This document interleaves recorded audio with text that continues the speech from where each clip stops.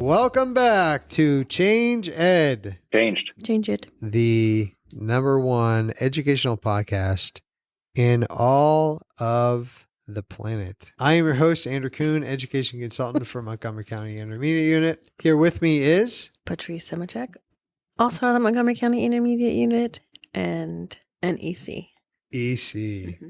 and Tony Marabito out of Carbon Lehigh Intermediate Unit, SDF. I heard Patrice say EC. Now I want to say You can be an SDC. It doesn't matter what I am. The most important All person the here same is our thing. guest anyway. We have Yeah, it's 12 names for the same thing. Yeah, it sounds very fluid. We Our work job with titles teachers. sound very fluid. Yeah, That's right. We have an awesome job. We get to work with educators and learn from educators and talk about education. It's a really great, awesome job. So we're very fortunate to do what we do. We have a friend of the podcast on the show today, Graham Fletcher. Does he know that? Did you know that, Graham? No, You're a friend of the knows. podcast? He's my friend. We're friends. We emailed once. Yeah, we're all buddies in here. This is good. This is just excited to be playing in this sandbox today. Oh, Thank you. wow.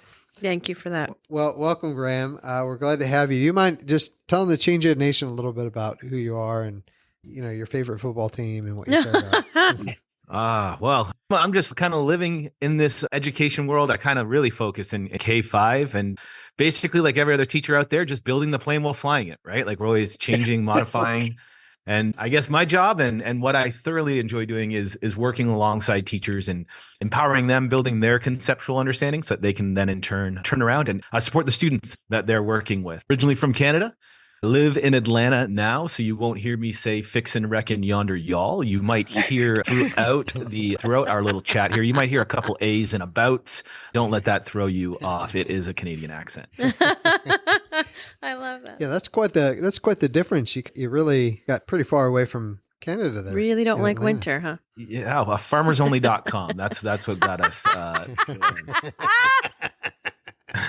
No, I ended up down in Georgia on a soccer scholarship, and that's where I met Mrs. Fletcher. And so she said, you can go home and marry the cold, or you can stay down here and marry me. And I chose her over the cold in Canada. And 22 years later, this is where I'm living. Smart man. Smart man. Very cool. And I like that you didn't hesitate, right? You're like, okay, it's you. It's not like you thought about it. We don't know. We weren't there. He might have hesitated. Well, the way we he don't told know. the story made me feel like he was all in right away. Okay.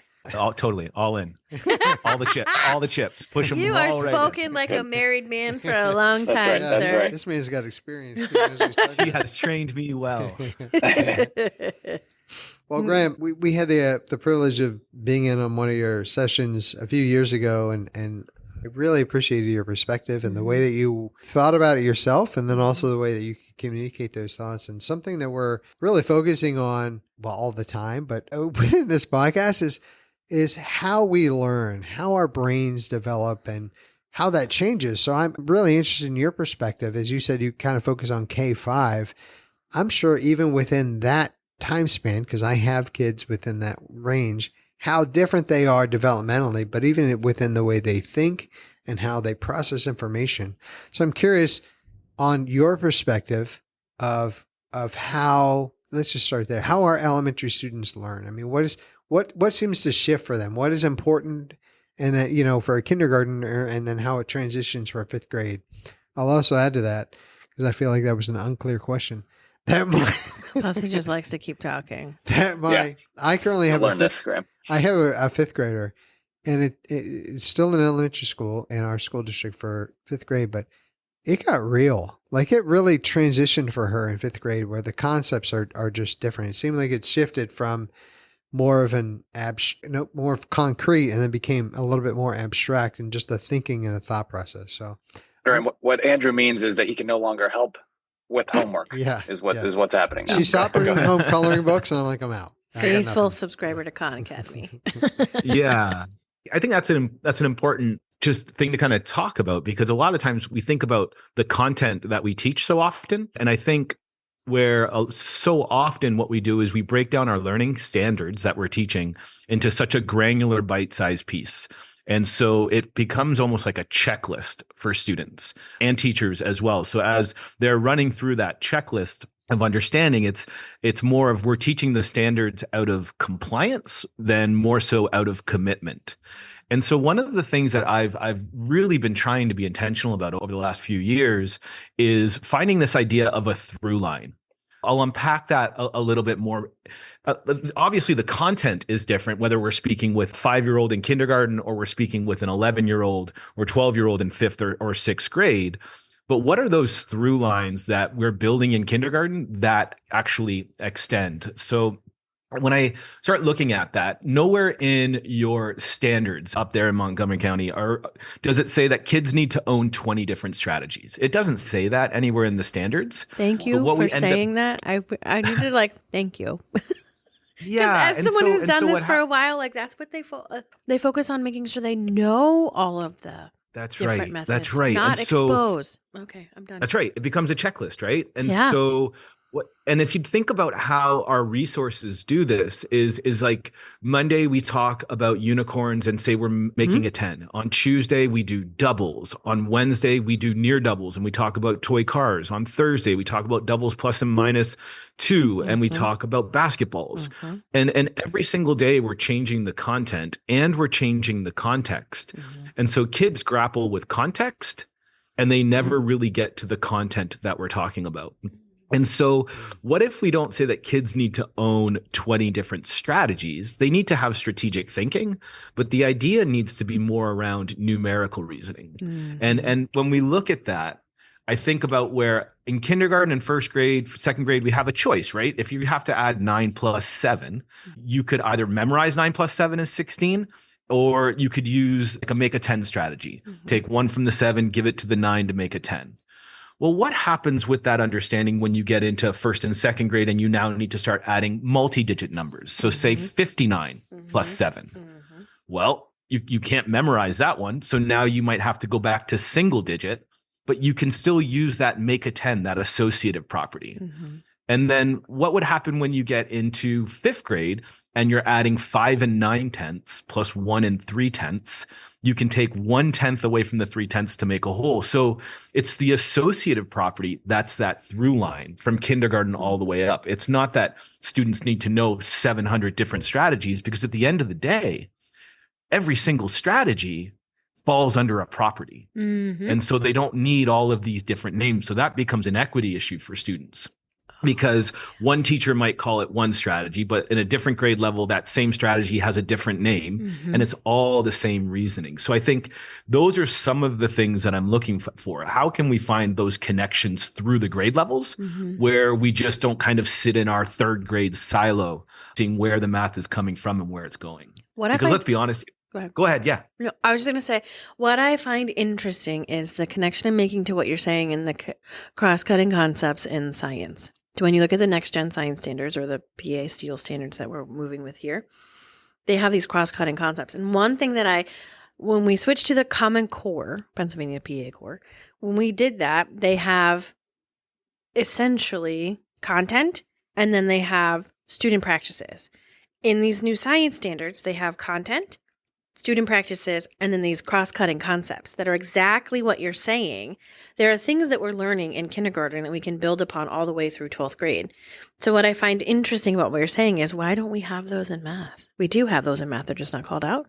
That's right. Okay. Yeah, they're there. And I think that's where we can be more explicit in our conversations, in our planning, in the professional development that we're receiving and also that we're presenting is where are these ideas of through lines? Because let's be honest, if you teach 3rd grade, you don't teach 3rd grade. What you teach are 9-year-olds who function at a kindergarten through 7th grade level. Yes. Like, wouldn't it be nice if you only had 3rd grade thinking in your classroom? That doesn't happen. Yeah. And what I find is you'll get 5th grade teachers who might say, well, how are my kids supposed to add decimals if they can't add single digit facts? And so what I might ask myself is, what is the understanding of single digit number that we can now apply and extend into decimals? And when we can see those through lines, we become a little bit more efficient in supporting and meeting kids where they are on that progression of learning. I love that. Man, you are speaking to the choir, right? I was a 4th and 5th grade teacher forever. And then I was a principal of a K-3 building. So I've kind of seen the whole gamut there. So if you were talking to kindergarten teachers and you had to give them, these kindergartners need one thing to move to 1st grade, they need to have one piece of understanding, what would that one piece be? What would that advice be for them? Unitizing. So, Okay. and what unitizing is it's understanding. And so let's just take this idea of unitizing where we can scale this up. So in kindergarten, we want kids to know that a group of 10 is also a group of 10 ones, and that a group of 10 ones is also a group of one singular group of 10. And so what happens is a lot of the times what we do is we build that understanding. Kindergarten teachers do a great job of that. But then when we get into first grade, what we end up doing is or second grade, we put base 10 blocks into kids' hands too quickly. And what kids can't do is they can't decompose that 10 rod. There's an actual abstractness of a fair trade that needs to take place there. So, and thinking about using like linking cubes. And so where kids can take the 10 apart and put them back together. But if we take this idea of unitizing and we now jump into third grade, like when kids see a fraction 3/4, they only really see a 3/4. We want kids to understand that 3/4 is really 3/1/4.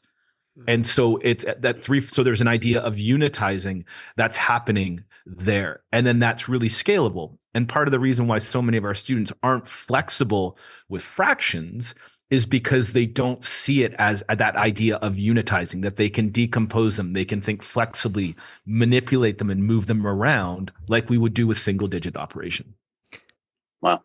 You know, what's fascinating about this is I know I share that I have children who are in this stage. So I have four kids, they're 13 to 8. And so they're, you know, and all at different grades, but I can see the impacts. As you're saying this, I'm thinking through it. I'm like, wow, the impacts that this can have that are substantial impacts for them understanding, kind of getting that solid base of understanding so they can build upon it. And if it's not very solid, right, like scaffolding, you want to have a good scaffold to be able to build on versus, you know, something that is teetering or put together with tape. And I appreciate your perspective because I could see how that would be building it more solid. Sometimes you have to go slower to be able to go faster. You've actually got to slow it down and build it correctly. So then you can, later on in their learning, we can go faster because they have that good core conceptual understanding. In line with that, I also think about like the resources that we use, where resources like good friend Brian Bushart had talked about curriculum bloat. And so when you look at many of the resources that we use, there's 180 days worth of lessons in pretty much every core resource that we use. In my whole entire life, I have never met a teacher who has taught 180 days of math. Nope. And so right from the get-go, teachers are trying to play catch up. Yep. And so sometimes I think about third grade, we'll say in that we do like 3 weeks of rounding. And that's a difficult concept for third graders to wrap their head around, this idea of rounding. But what would happen if we kind of stretch that out a little bit more to where it doesn't become blocked or masked practice? And what that means is so often we teach something so quickly that it only ever stays in short-term working memory. Yeah. It never gets moved to long-term memory. Yeah. And so what happens is we might do 3 weeks of rounding, and if you get it, you get it. If you don't, you don't. Or if we go back to that idea of strategies where we're going to do a week of make a 10, and then that's it, we're done. I'll check the box, say that you have it. But when kids come back on Monday after that week of make a 10, they now have to clean out their short-term working memory to put in doubles. And then it happens. And so Tracy Zager, we had been working on a project, the Building Fact Fluency Toolkits, and she did some wonderful research about what moves things from short-term working memory to long-term memory. And it's this idea of mixed, varied, or interleaved practice to where you have something and then you leave it, but then you come back to it. I think about all the years where when April comes around, that's when we would do our state assessment. I'm freaking out because I got to go back and reteach everything that we had taught in August and September because it's quickly learned and then quickly forgotten. So going a little bit slower allows us that opportunity to play with ideas. But then if you think about it, we never really come back and revisit those ideas unless we're cramming for that state assessment. But this idea of mixed or leaved practice is super powerful. So Paul Ricamini does a lot of research around that up here. He's out Penn State. So he talks a lot about interleaved work strategy and how he comes at it from the angle of helping kids who have an IEP retain more information. So he talks about this interleaved work strategy a lot. What are your thoughts on like spiral curriculum then? Do you feel like spiral curriculum helps or hinders, or is a little bit of both, or a little bit of, I know we're getting off topic here, but I think the idea of like constantly coming back to it, or the thought that, for example, Everyday Math had with their math boxes where we're always coming back to it, helped my kids when I was teaching in the classroom. I could have been wrong. It could have been all in my head.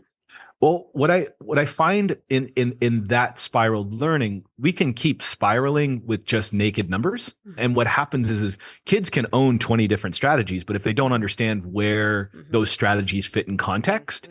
So a lot of the times when we think about spiraling, we kind of spiral back with just naked numbers. Yeah. Like when kids come to us and like, hey, Mr. Fletcher, is this a multiplication or division problem? If you tell me, I can figure it out. No, figuring out if it's multiplication or division is the figuring out part of the figuring out part of it. The rest of it is just the computation piece of it.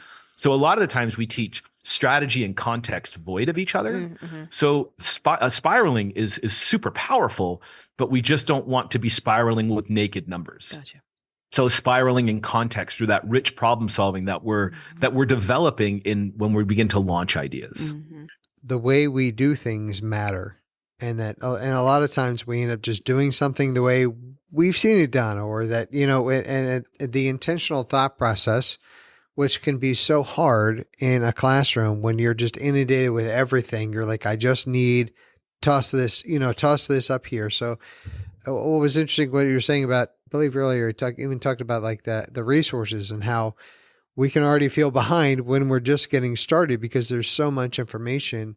So I appreciate this thought process and even thinking, well, how should this work? Not how is it working now, but how should this work? And it even got me to like the words we use, they matter, right? We intentionally pick the words we do to communicate something or in a certain tone or a certain way, right? That we can even lose that.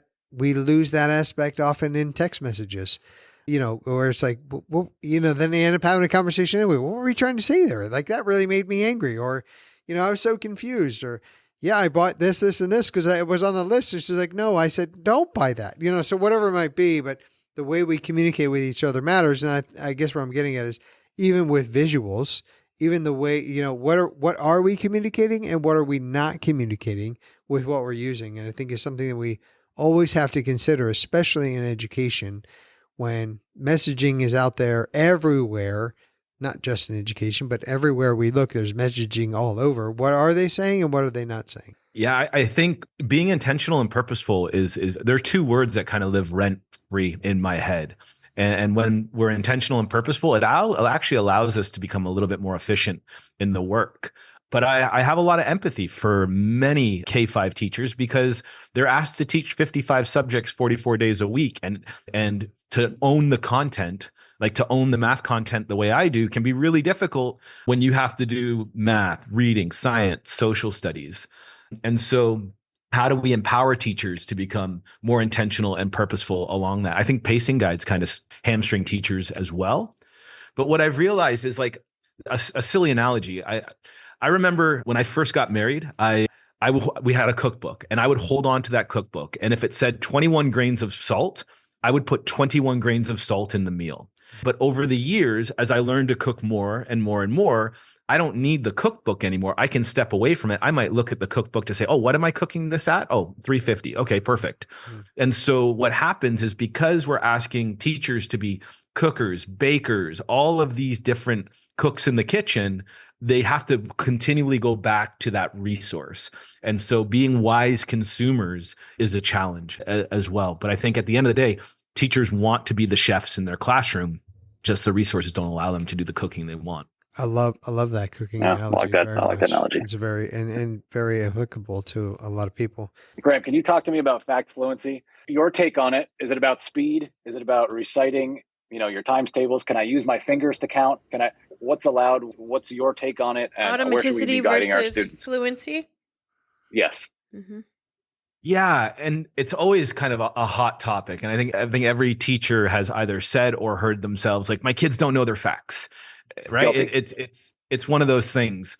And what tends to happen when we talk about fact fluency, what we tend to do is we tend to say, learn your facts and then go do the problem solving.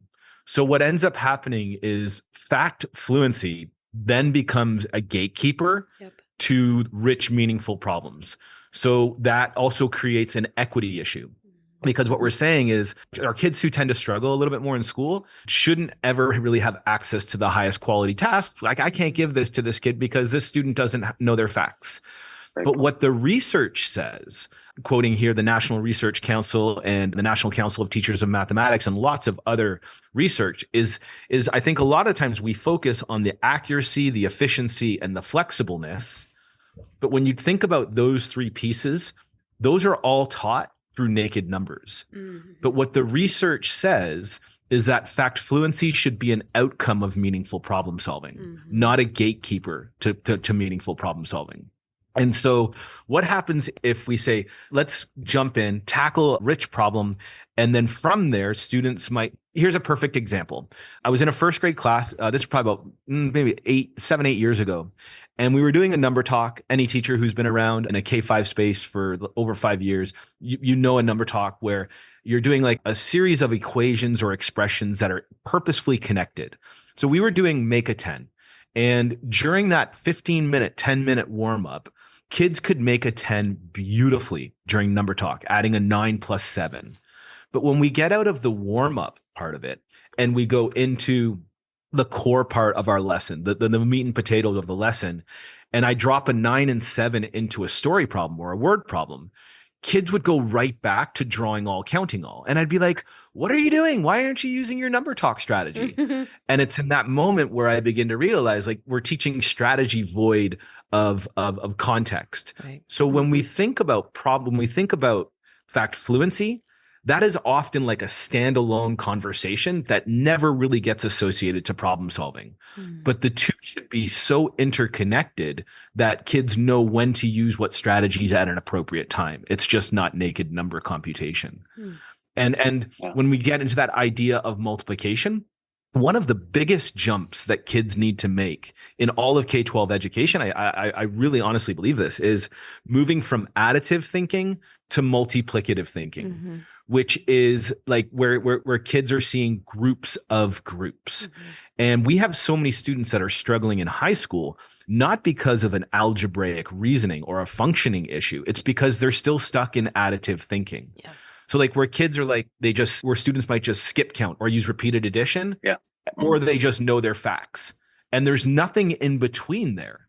And I've never met a student who magically goes from skip counting to knowing their facts. It just becomes memorized. Mm-hmm. So it's this idea of multiplicative reasoning. There's a big jump there that students need to make, because what it is when you actually have multiplicative reasoning, if you're skip counting, like say, for instance, if you have 4 peaches in 8 baskets and you go 4, 8, 12, 16, 20, you're only keeping track of the number of peaches. But if you start thinking multiplicatively, what you're keeping track of is the number of peaches and the number of baskets. And that is a really, really difficult concept for students to grasp. Mm-hmm. And it's a really difficult concept for teachers to support. Mm-hmm. And I think that's where the context comes into a lot of that. Well, and that leads actually right into my last question. In your typical, Pearson, Envision, whatever textbook, no free ads. Sorry. No free ads. But, Come on, Tony. No free ads. There are so many. I was literally just in an elementary networking group yesterday, and the frustration that was being brought up was, we're teaching our kids 5 different ways to multiply. And so as soon as they grasp one concept, I'm teaching them yet another one because the book says so. And then I'm confusing them, right? And I was trying to stress the point that I personally think it's valuable to show, multiple ways, but their frustration was they're getting confused then. So I kind of wanted your take on that. Like, should we be showing multiple ways? Should we be allowing students to choose the one that works best for them? Are we doing too much? What should we be doing? Showing just the algorithm, Mm-hmm. Yeah, I think that comes back to what we do is we teach a bunch of different strategies. And so a problem, so what happens is if we just teach strategy, that's very convergent thinking, where we're now expecting that all kids think the same. And we know that doesn't really work. But once students have and that's where a really rich problem can come into play, because that now gives us divergent thinking, where you can have multiple solution paths. It has a fixed beginning and a fixed ending, but the way you get there is up to you. And you can see students who might draw all, count all, some kids might add, some kids might be able to use multiplication. But I guess that's where the idea of understanding the progressions of learning really come into play. Because if I have a kid who's drawing all, counting all, then I want to move them to additive thinking. I'm not looking at a specific strategy. I'm thinking of zooming out more. How do I move you from counting to additive? And if you're additive, how do I move you from additive to multiplicative? And it's not about which strategy students are using. It's more about the reasoning that's happening, which comes back to we shouldn't really be teaching 400 different strategies within 1 year. Right. Yeah.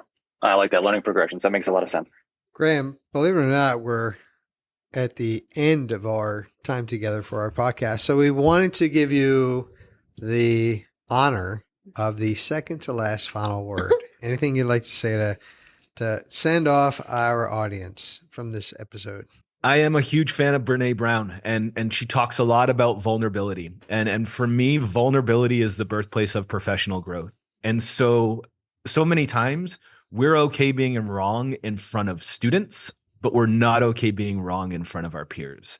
So I've really challenged myself to just embrace the suck. If I don't know the answer to something, I would much rather screw up publicly with a group of teachers than before I ever screw up privately in front of students. So I think as teachers, making ourselves vulnerable around each other and knowing that we're all really kind of building the plane while flying it is something that's helped me tremendously over the years. I think Andrew already embraces the suck. Yeah, publicly, all the time. Every podcast. On the daily. Graham, I do really like that. the theme that I heard throughout this podcast was, and you wrapped it up really well, was flipping our ideas of like what we know the world to be versus what the world can be, and how do we flip that lens. So it even came down to when you were saying, how do we organize something? A chart, maybe we make it make sense with the way it actually flows, or the way our mind thinks about it. But also it's a very interesting perspective that you just offered about when are we willing to be vulnerable and when aren't we willing to be vulnerable. And if we are lead learners, we should be willing to model that all the time in all things. So I also really appreciated that how you were talking about educating the whole person, not just teaching the content. And that you can have different times where you're focusing on different areas, but you're still working with the whole person. So, challenges, issues, concerns, struggles, victories that you have in one space will carry over and could be a great integration and bridge to bring you back together. But the thing that I circled multiple times was when you talked about fact fluency becoming a gatekeeper. And the reason I circled so much is because there are gatekeepers in every area of education, and they're not even intentional gatekeepers. So in science, the gatekeeper was vocabulary. Once you knew the vocabulary, then you can get into the science because you can have the conversation. And what's so interesting about the new steel standards in Pennsylvania, but the NGSS standards is let's flip that script. So I feel like Graham Fletcher and NGSS are good friends. They're let's flip the script. Let's do it differently. Let's have a different conversation to allow all to get in. Let's remove the toll gates. Everybody's allowed on the highway and to get in and be part of it. So I think for all of us in education, whether in the classroom, whether you're an administrator, whether you're on a podcast, is to mind the gatekeeper. How do we be mindful of the gatekeeper, and how do we eliminate those barriers for students and their education? So Graham, thank you for coming on. We would love to have you back. And for all of our listeners, thank you as always for tuning in. And don't forget to follow your favorite podcast. Oh, we switched it. Yeah. I nailed it this time. Like and subscribe work too. I appreciate it, friends. Thank you so much. Thanks. Thanks.